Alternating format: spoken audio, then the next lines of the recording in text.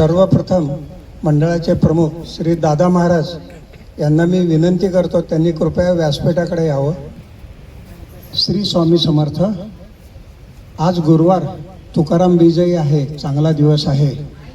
आजचा आरतीचा आणि महाप्रसादाचे जे भाग्यवान सेवेकरी आहेत ते आहेत डॉक्टर सागर रोकडे पाटील.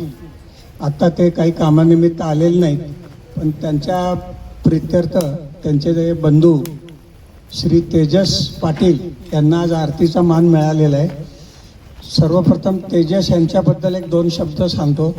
श्री तेजस पाटील हे इथे आपल्या शनिवार पेठेत मेडिकलचं मोठं दुकान आहे, ते सांभाळतात. शिवाय एक कॅफे आहे, त्याचाही व्याप ते सांभाळतात.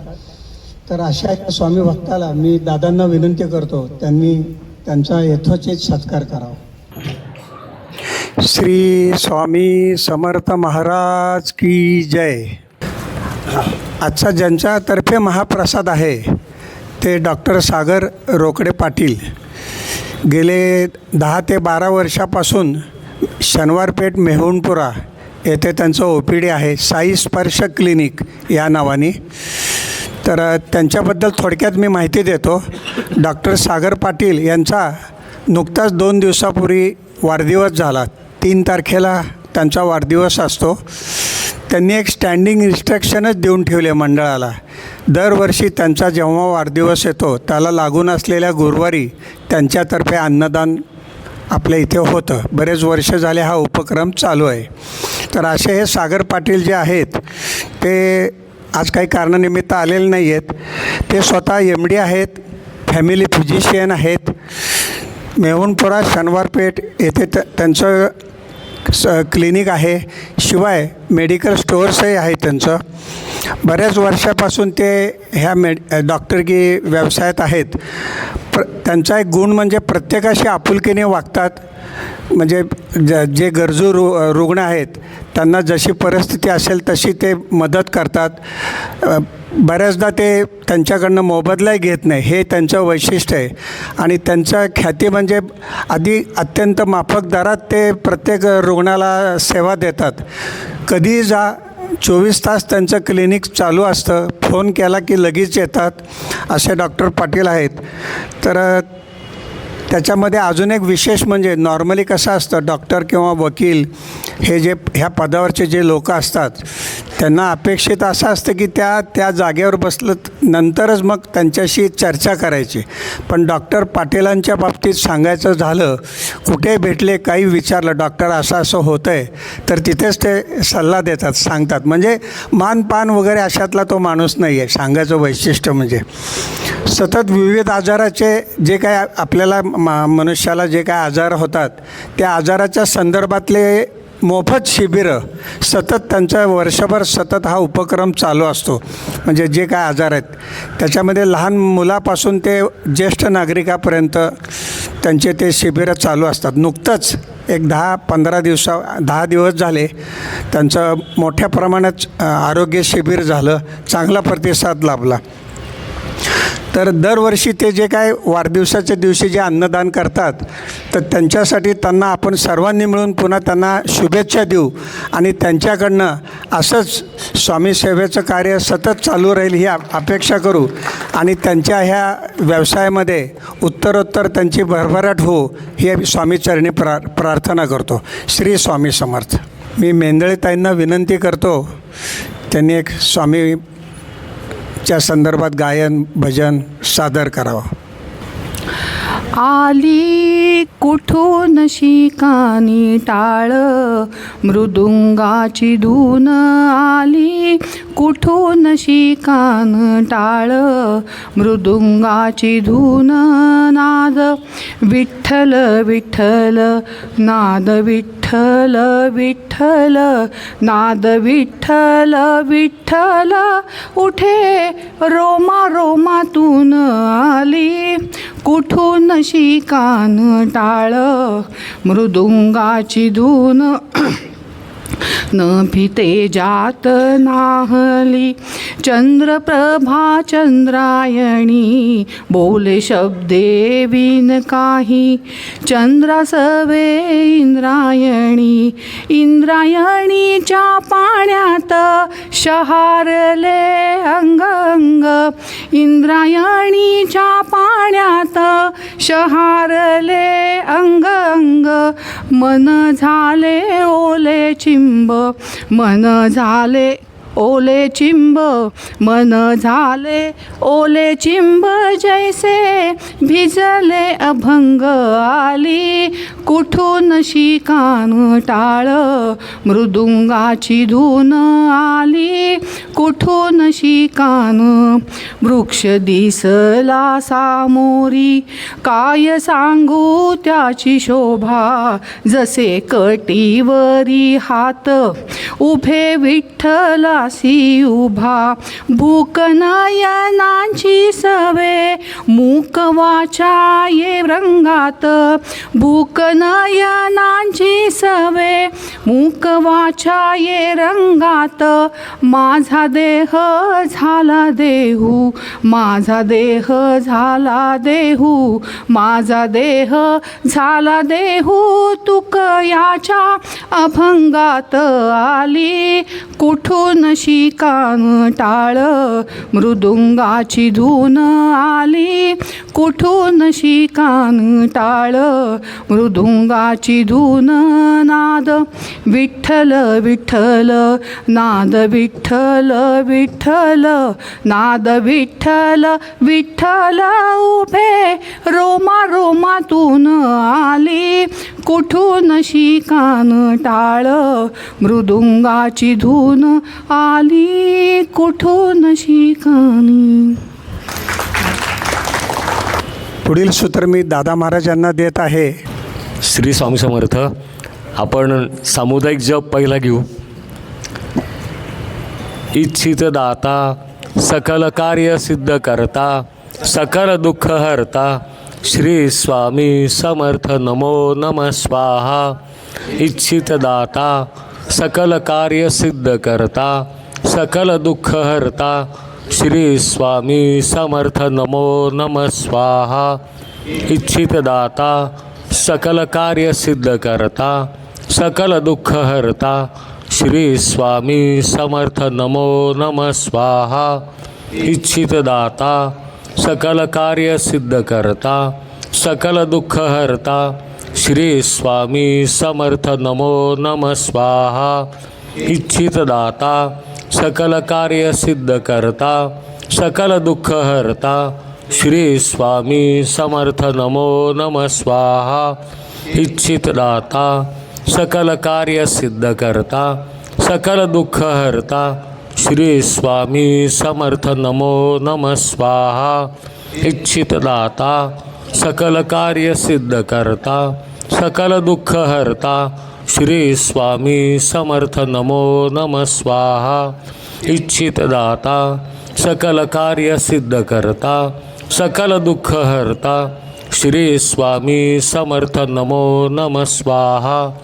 इच्छित दाता सकल कार्य सिद्ध करता सकल दुःख हरता श्री स्वामी समर्थ नमो नमः स्वाहा. इच्छित दाता सकल कार्य सिद्ध करता सकल दुःख हरता श्री स्वामी समर्थ नमो नमः स्वाहा. इच्छित दाता सकल कार्य सिद्ध करता सकल दुःख हरता श्री स्वामी समर्थ नमो नमः स्वाहा. इच्छित दाता सकल कार्य सिद्ध करता सकल दुःख हरता श्री स्वामी समर्थ नमो नमः स्वाहा. इच्छित दाता सकल कार्य सिद्ध करता सकल दुःख हरता श्री स्वामी समर्थ नमो नमः स्वाहा. इच्छित दाता सकल कार्य सिद्ध करता सकल दुःख हरता श्री स्वामी समर्थ नमो नमः स्वाहा. श्री स्वामी समर्थ. मलाच हसायला येतं आहे. आज आवाजच फुटत नाही काय. मी जेव्हा आपल्या पाटील डॉक्टरांच्या दवाखान्यात गेलो आज दुपारी. आज गुरुवार आहे, म्हणलं काहीतरी पुढचा त्रास वाढण्यापेक्षा म्हणलं आपण जाऊन येऊ. आणि जसं आत्ता दोशी काकांनी वर्णन केलं होतं की त्यांच्या दवाखान्यामध्ये आपल्याला 24 तास जे त्यांचे दवाखान्यात त्यांच्या भरोश्यावर त्यांनी सोडलेलं आहे, तर अशा सगळ्या इथे त्यांच्या सहकारी आलेले आहेत. मी एकदा सगळ्यांना पुढं बोलवतो. त्यांनी मला इतकी छान दुपारी सगळी एकदम वागणूक दिली आणि अमुक आहे आणि आपण तुम्हाला संध्याकाळपर्यंत नक्कीच तुम्हाला ह्याच्यात उभं करू संध्याकाळच्या कार्यक्रमाला, अशी त्यांनी मला अगदी ग्वाही दिली. तर मी एकदा सगळ्यांना पुढं बोलवतो. एकदा जोरदार टाळ हे सगळ्या पाटील डॉक्टरांचे जे आहेत, या त्यांचे सहकारी आहेत, डॉक्टर आहेत आज, कारण त्यांनाही आज माहिती होतं आज डॉक्टरांचा प्रसाद आहे.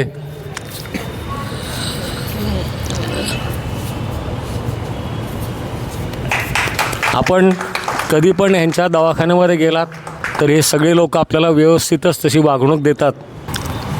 श्री स्वामी समर्थ. खरोखरीच आज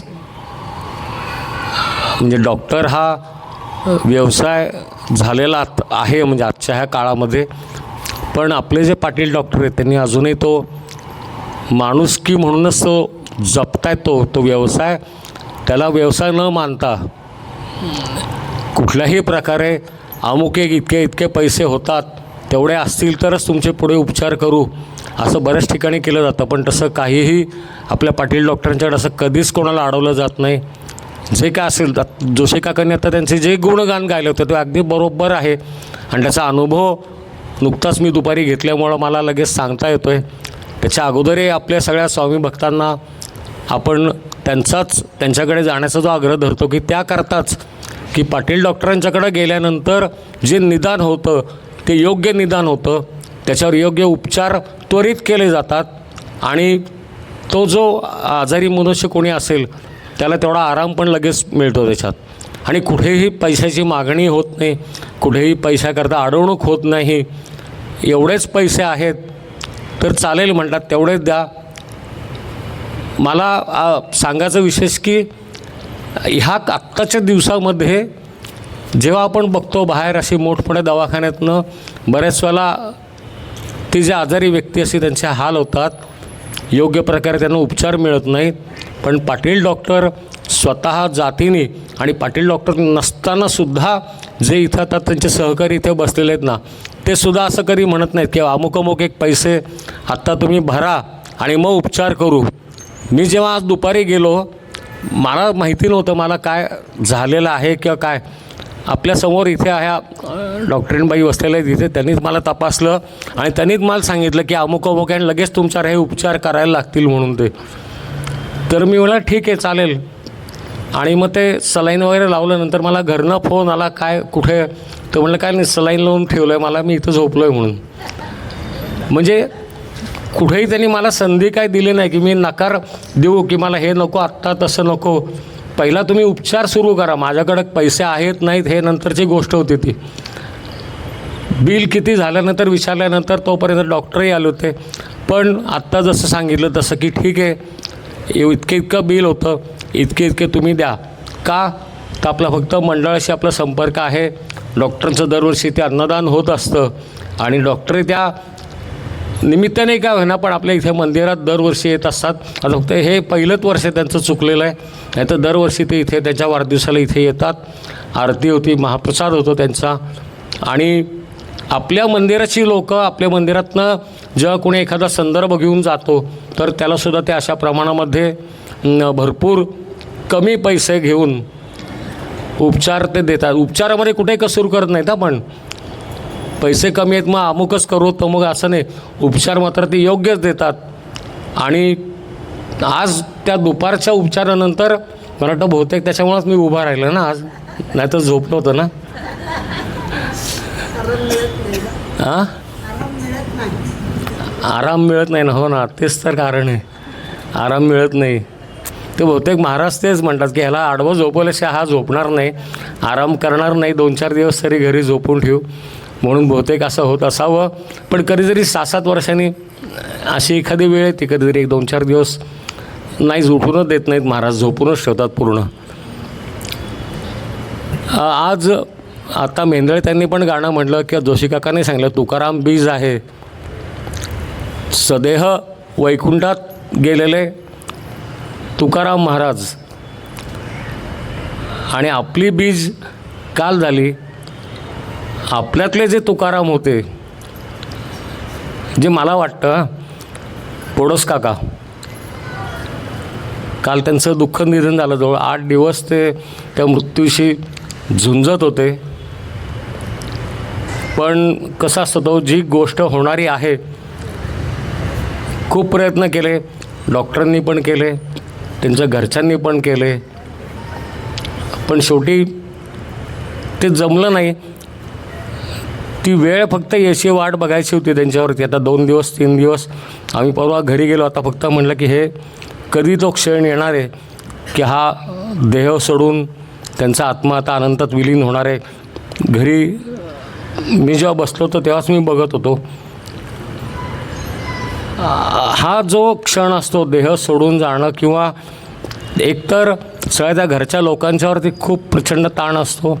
घरामधलं वातावरण खूप तणावाचं असतं, कारण माहिती नाही कधी काय होईल असं. ते बोडस काका आणि तुकाराम महाराज मला मुद्दामून का साम्य वाटलं की अतिशय सरळ स्वभाव जसा तुकाराम महाराजांचा होता, निष्कपट, कुठलंही मनामध्ये छल कपट काही नाही, राजकारणी कुठला स्वभाव नाही, सरळ सोपं जीवन, आणि जसे ते जगले तसे इतरांना जगायला शिकवलं.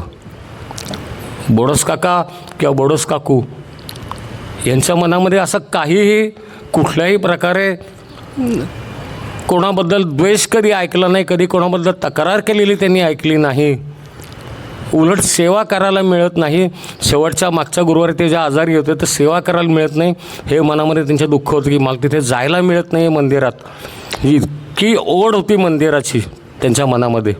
ही ओढ तुकाराम महाराजांना पण होती ना, भगवंताच्या साठी, आणि भगवंतानी आपल्या विश्वावरती कल्याण करावं, आपल्या सगळ्या लोकांच्यावरती कल्याण करावं म्हणून त्याच्याकरता त्याची आळवणी करणं, हजारो अभंग लिहिले, समाजोद्धाराचं कार्य केलेलं, आणि प्रत्यक्ष छत्रपती शिवाजी महाराजांचे सुद्धा गुरु म्हणून त्यांनी कार्य त्यांचं केलेलं. स्वराज्य स्थापनेमध्ये एक अनमोल अशी त्यावेळेचा तो दिवस होते, अशी अनमोल त्यांचं स्वतःचं जीवन किंवा काही जीवनातले काही दिवस त्यांनी त्या महाराजांच्या करता पण ठेवले. अशी व्यक्ती इतकी सरळ, म्हणजे त्या काळामध्ये सुद्धा सामाजिक छळ तर होताच लोकांच्याकडनं, त्यांच्या बरोबरीच्या लोकांच्याकडनं किंवा त्यांच्यापेक्षा वरिष्ठांकडनं, पण असं असून सुद्धा कोणाविरुद्धही कधी तक्रार नाही केली त्यांनी. जे सहज सोपं करून सांगता येईल असं त्यांनी सांगितलं. कुठल्याही कर्मकांडामध्ये न अडकता तुम्ही फक्त भक्तिभावाने देवाला आळवा, भक्तिभावाने तुम्ही विठ्ठल आळवा, तो तुम्हाला नक्कीच प्रसन्न होईल. कुठल्याही त्याच्यामध्ये होम हवन पारायण हे न करता तुम्ही त्या आपल्या हृदयापासून त्याला तुम्ही हाक मारा, तो तुम्हाला तिथे तुमच्याकरता येईल. इतकं सरळ सोपं. त्याच्याकरता त्यांनी वेगवेगळे अभंग रचले. त्या अभंगातनं समाजाला उद्देशून आणखीन काय सांगता येईल, सामाजिक उत्कर्ष कसं साधता येईल, आणि हे अभंग उगाच क्लिष्ट न करता अतिशय छोटे छोटे त्यांनी करून ओळीतनं त्यांनी मांडून दाखवलं. म्हणजे तुका म्हणे सोपी केली पाय वाट, उतरावया भवसागर रे. भवसागर जर का आपल्याला तरून जायचं असेल, ह्या जगामध्ये जगायचं असेल, तर ही पायवाट कुठली केली त्यांनी महाराजांनी, की नामस्मरणाची पायवाट आहे. फक्त तुम्ही नामस्मरण करत राहा. तुमचं आराध्य दैवत जे असेल ते तुमच्या पाठीमागं नक्कीच उभं राहतं, संकटातनं तुम्हाला ते तरून नेतं. घरची तसे बघितलं तर अगदी सुरुवातीला सावकारी होती, पण म्हणलं ना उदार स्वभाव, कोणाचं कर्ज माफ कर, कोणाचं व्याज माफ कर, ह्याच्यातनं होणार काय, म्हणजे शेवटी उत्पन्न कसं होणार. घरी आरडाओरडा नेहमी चालायचा, त्यांची पत्नी सारखी आरडाओरडा की हा मनुष्य बाबा सारखा भजनामध्ये दंग आहे, काय जे काय असेल जे काय चालतं, अशा घरांमधनं जे चालत असतील ते सगळे प्रसंग त्यांच्या घरामध्ये पण सुरू असतात त्यावेळेला. पण एकच तुकाराम महाराजांचं ध्येय तेवढंच की विठ्ठल नाम आणि त्याच्यातनं भक्तिमार्ग सोपा करायचा आणि जास्तीत जास्त भक्तांना किंवा लोकांना ह्या मार्गामध्ये आणायचं, विठ्ठल नामाची गोडी लावायची. आणि हे सगळं कशा करता की एवढ्यासाठी केला होता अट्टहास, शेवटचा दिवस गोड व्हावा. जो काय माझं जे काय चालू आहे माझं जीवन, ते कुठेतरी शेवटचा दिवस त्याचा येईल, तो मला आनंद देणारा असेल. माझ्याकडनं सगळं सामाजिक उद्धरण्याचं जे काय असेल ते काम झालेलं असेल. माझ्याकडनं भक्तिमार्गाविषयी विस्तृतपणे सगळ्यांना समाजाला सांगितलं गेलेलं असेल. आणि सगळं झाल्यानंतर मला जो माझा देह आहे तो माझा संपवायचा, ही माझी इच्छा आहे. संपूर्ण भगवंताच्या हातात आहे म्हणतात ते. पण तो दिवस चांगला व्हावा, शेवटचा दिवस. आपण नामस्मरणात जर का राहिलो ना तर खरोखरीच शेवटचा जो दिवस असतो तो चांगलाच जातो. त्याच्यामध्ये कुठलाही हाल अपेष्टा न होता व्यवस्थित त्या ज्या भक्ताची त्याच्यातनं सुटका होती, आपल्या ह्या इहलोकातनं त्याची सुटका होती आणि तो परलोकी अगदी व्यवस्थित जातो. पण नामस्मरण तुकाराम महाराजांच्यासारखं अंगामध्ये भिनलं पाहिजे. सतत त्यांच्या तोंडी विठ्ठल विठ्ठल जे होतं तसं कुठलंही तुमचं आराध्य दैवत कोणी का असे ना, पण ते आराध्य देवाचं नाम सतत मनामध्ये हवं, सतत मनामध्ये हवं. आणि ही गोष्ट बोडस काकांनी पण ते त्यांना माहिती होतं की काय, शेवटच्या दिवसापर्यंत मला वाटतं 18 तारखेला त्यांच्याकडं गजानन महाराज प्रगट दिनाचा कार्यक्रम झाला होता. त्या दिवशीसुद्धा ते सेवा करत होते. आम्ही सगळे सेवेकरी आपल्या गेलो होतो त्यांच्याकडं. तर ते काही ना काहीतरी तिथे सेवा त्यांची सुरू होती. एका जागी बसलेले नव्हते. पायावरती थोडीशी सूज होती, त्यांच्या चेहराही थोडं सुजलेला दिसत होता. पण अशी तक्रार म्हणा की असं काही, चेहरा मात्र हसरा पण होता थोडा. एक समाधान म्हणतो ना, असं त्या चेहऱ्यावर समाधान होतं की ह्या सेवेमध्ये आज हा उत्सव झालेला आहे, ह्या सेवेत मी भाग घेऊ शकलो आहे. आपल्याकडं एक सगळ्यात दुर्लक्षित सेवा कुठली असेल की आपण जेव्हा महाप्रसाद घेतो, महाप्रसाद घेतल्यानंतर ज्या पत्रावळी आपण टाकतो इथे या बाजूला पाठीमागं, तर त्या पत्रावळी व्यवस्थित दुमडून त्या पिशवीमध्ये का त्या पोत्यामध्ये टाकायचं, हे काम त्यांच्याकडे, ही सेवा त्यांनी स्वतःहून मागून घेतलेली होती. म्हणजे सगळ्यात हलक्या दर्जाची म्हणू आपण, अशी सेवा त्यांनी स्वतःहून मागून घेतली. आणि ते बिचारे त्या कोपऱ्यामध्ये कायम तिथे बसलेले असायचे. मग शेवटी आपल्याला की कोणीतरी त्यांना सांगायचं की नाही, शेवटचं बाबा पंगत राहिलेली आहे, काका तुम्ही तिथनं उठा आणि महाप्रसादाला चला. तेव्हा ते महाप्रसादाला यायचे एका जागी. आणि त्याच्यामध्ये असं कुठलंही हे नाही की मी निष्काम सेवाचे अगदी उत्तम उदाहरण बोडस काका आणि बोडस काकू असं म्हणता येईल. ते जे तुकाराम महाराजांनी हे सांगितलं की कुठलीही तुम्ही सेवा करा, कुठलीही उपासना करा, ती निष्कामच असली पाहिजे. त्याच्यामध्ये कुठलीही अपेक्षा नको, त्याच्यामध्ये कुठलीही प्रसिद्धी नको, अमुक एक गोष्ट मी केली, हे तर अजिबात मान्य होणार नाही. अध्यात्मामध्ये मीपणा हा नकोच. हे जे कार्य होतं तुकाराम महाराजांचं, हे सगळं झाल्यानंतर आपल्याला जे दैवी अवतार असतं ना, त्यांना हे देह सोडावाच लागतो. म्हणजे कोणालाही, म्हणजे रामालासुद्धा चुकलं नाही, श्रीकृष्णाला चुकलं नाही. स्वामींनी पण 1878 साली तो देह ठेवलाच होता. तुकाराम महाराजांना अशी खूप इच्छा होती की माझ्या भगवंतानी मला घ्यायला यावं, मला त्यांनी घ्यायला यावं, मला त्यांनी त्याच्याबरोबर घेऊन जावं. आणि त्याच्याकरताच जो देहूमध्ये एक नांदुरकी वृक्ष आहे त्याच्याखाली त्यांनी बसून शेवटी तपश्चर्या आणि गजर किंवा नाम गजर किंवा कीर्तनं तिथे सुरू केली.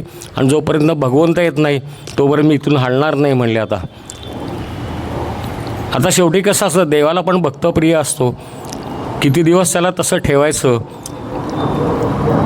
घेऊन जायची वेळ आलीच आहे. त्यांनी घरात सांगितलेलं असतं,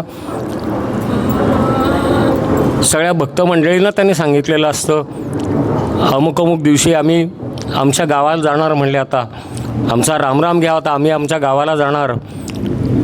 त्यांची बायको भोळी बाबडी, तिला वाटतं हा कुठे जातो आहे म्हणली. जाऊन कुठेतरी बाहेर 2-4 गावं फिरून परत येईल. तिच्या मनामध्ये पण नसतं असं काही घडणार आहे. ती आपली घरीच कामं करत असते.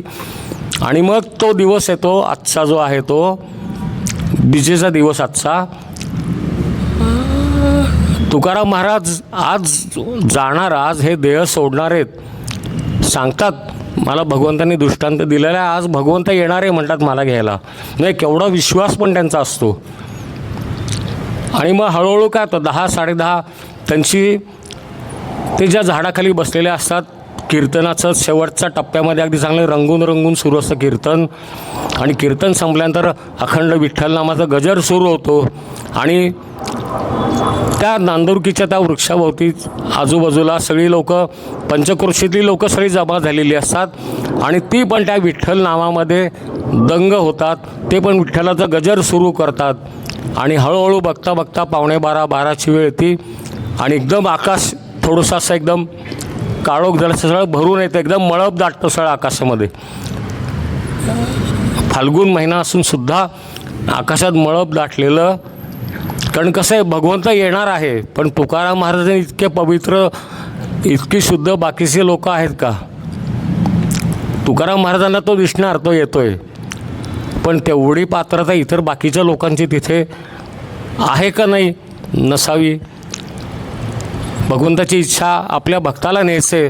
त्यांनी काय केलं, जसं मळब भरलेलं होतं, हळूहळू वारा सुटायला लागला आणि त्या वाऱ्यावरती धूळ जी होती ती धूळ उडायला लागली. इकडं गजर टिपेला चाललेलं आहे, त्या धुळीचे लोटांमध्ये समोर नांदुरकी वृक्ष दिसतोय.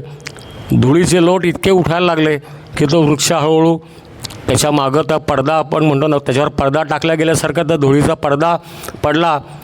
समोरच्या बाजूला तुकाराम महाराज, नांदुरकी वृक्ष हे कोणालाही दिसत नव्हते आणि तुकाराम महाराजांना मात्र दिसत होतं. विमान आलं आहे, गरुड आलं आहे आणि त्या गरुडाच्या पाठीवरती अंबारीमध्ये प्रत्यक्ष विठ्ठल बसलेला आहे. एखादा मनुष्य मृत्यूला घाबरतो, सामान्य माणसं मृत्यूला घाबरतात, पण अशी जी संत लोक असतात ती मृत्यूला सामोरी जातात. प्रत्यक्ष भगवंत न्यायला आला आहे म्हणले, मला केवढं त्यांचं भाग्य असेल ते. जी त्यांची इच्छा होती की मला भगवंतानीच न्यावं, ती इच्छा आज पूर्ण होणार होती. हळूहळू विमान उतरलं खाली. बाहेर गजर ऐकायला येतोय, आतमध्ये काय चाललं आहे कोणाला काय दिसत नव्हतं. विठ्ठलाने उतरले विठ्ठल खाली. तुकाराम महाराजांना आलिंगन दिलं त्यांनी आणि हात धरून, जसं एखादा लहान बाळाचा हात धरून देतात तसं त्यांना परत त्या अंबारीमध्ये नेऊन बसवलं. आणि त्याच ज्या वेगात ते विमान खाली आलं होतं त्या वेगातच गरुड पक्षी परत आकाशामध्ये उंच झेपावला. आणि त्याच वेळेला जे वादळ उठलेलं होतं ते वादळ शांत झालं. धुळीचे लोट खाली खाली कमी कमी व्हायला लागले आणि तो वृक्ष दिसायला लागला परत. पण तो नुसता वृक्ष होता. तुकाराम महाराज प्रत्यक्ष आपल्या आराध्याबरोबर सदेह वैकुंठात गेले होते. असे एकमेव संत आहेत जे सदेह वैकुंठात गेलेले आहेत. आणि मी आत्ता जे म्हणलं की मृत्यूसमयी जो मनुष्य घाबरत नाही, आता असं म्हणतात की मृत्यूसमयी 4 काळ्या सावल्या दिसतात. मी काल बोडस काकांच्या घरी मी विचारलं होतं की हे शेवटच्या क्षणी ह्यांनी काय केलं होतं.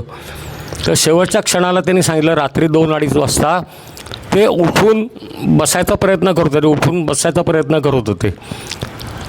म्हणजे जी लोक त्यांना घ्यायला आलेली होती, मृत्यूचे जे आपण म्हणतात दूत, यमदूत, ते त्या माणसाला दिसतात. आणि यमदूत दिसल्यानंतर सामान्य मनुष्य खूप घाबरतो, तो जायला तयार होत नाही. मग अशा वेळेला ते यमदूतांना त्याला ओढून न्यायला लागतं. अशा ह्याच्यात तो बघा माणसाचे डोळे विस्फारलेले आहेत किंवा तो हातपाय झाडतोय, तयारी नसती ना जायची. पण बोडस काका उठून निघाले होते, म्हणजे त्यांचा अर्थ की त्यांची तयारी होती जायची. म्हणून मी म्हणलं की आज तुकाराम महाराज आज गेले वैकुंठाला आणि आपल्यातल्या तो जो तुकाराम होते ते काल अतिशय समाधानाने गेले. ते मृत्यूदूताला त्या घरामध्ये येणं आणि ह्या जो कोणी आजारी व्यक्तीशी ज्याचा मृत्यू असतो त्याला न्यायचं असतं आणि हे फक्त ते त्याला दिसत असतात. न घाबरता, न कुठलाही त्याच्यामध्ये आकांतांडव न करता हसत मुखाने म्हणा फार तर त्याच्याबरोबर जाणारे बोडस काका आणि तुकाराम आज ह्या दोघांनाही आपल्या मंडळातर्फे सविनय श्रद्धांजली, सविनय नमस्कार. तुकाराम महाराजांची जी ओळ होती की एवढ्याचसाठी केला अट्टहास, शेवटचं दिवस गोड व्हावा. तर हा आपण पण अट्टहास एवढाच करता ठेवायचा की शेवटचा दिवस आपला गोड व्हायला पाहिजे. तो गोड होण्याकरता आपल्या मुखामध्ये नाम पाहिजे, आणि नाम असेल तर तो दिवस गोड व्हायला कुठलीही मध्ये अडचण येत नाही. कोणाबद्दलही कधी द्वेष नाही, कोणाबद्दल कधी मत्सर नाही. असे आपले तुकाराम, असे बोडोस काका. तर ह्या दोघांना एकदा साष्टांग नमन. मी आजच्या गुरुवारी इथे थांबतो आणि पुढचा आपला पालखीचा कार्यक्रम सुरू होईल. पालखीचा कार्यक्रम सुरू झाल्यानंतर पालखी जेव्हा मार्गस्थ होती त्याच्यानंतर आपल्याला इथे दर्शनाकरता रांगेत यायचं आहे आणि मग महाप्रसाद कार्यक्रम सुरू होईल. एकदा आपण स्वामींचा जय जयकार करू आणि मग पुढच्या कार्यक्रमाला सुरुवात करू. जय जय श्री स्वामी समर्थ. जय जय श्री स्वामी समर्थ. जय जय श्री स्वामी समर्थ. माझा आवाज बसलाय, तुमचा तरी एकदा जोरात.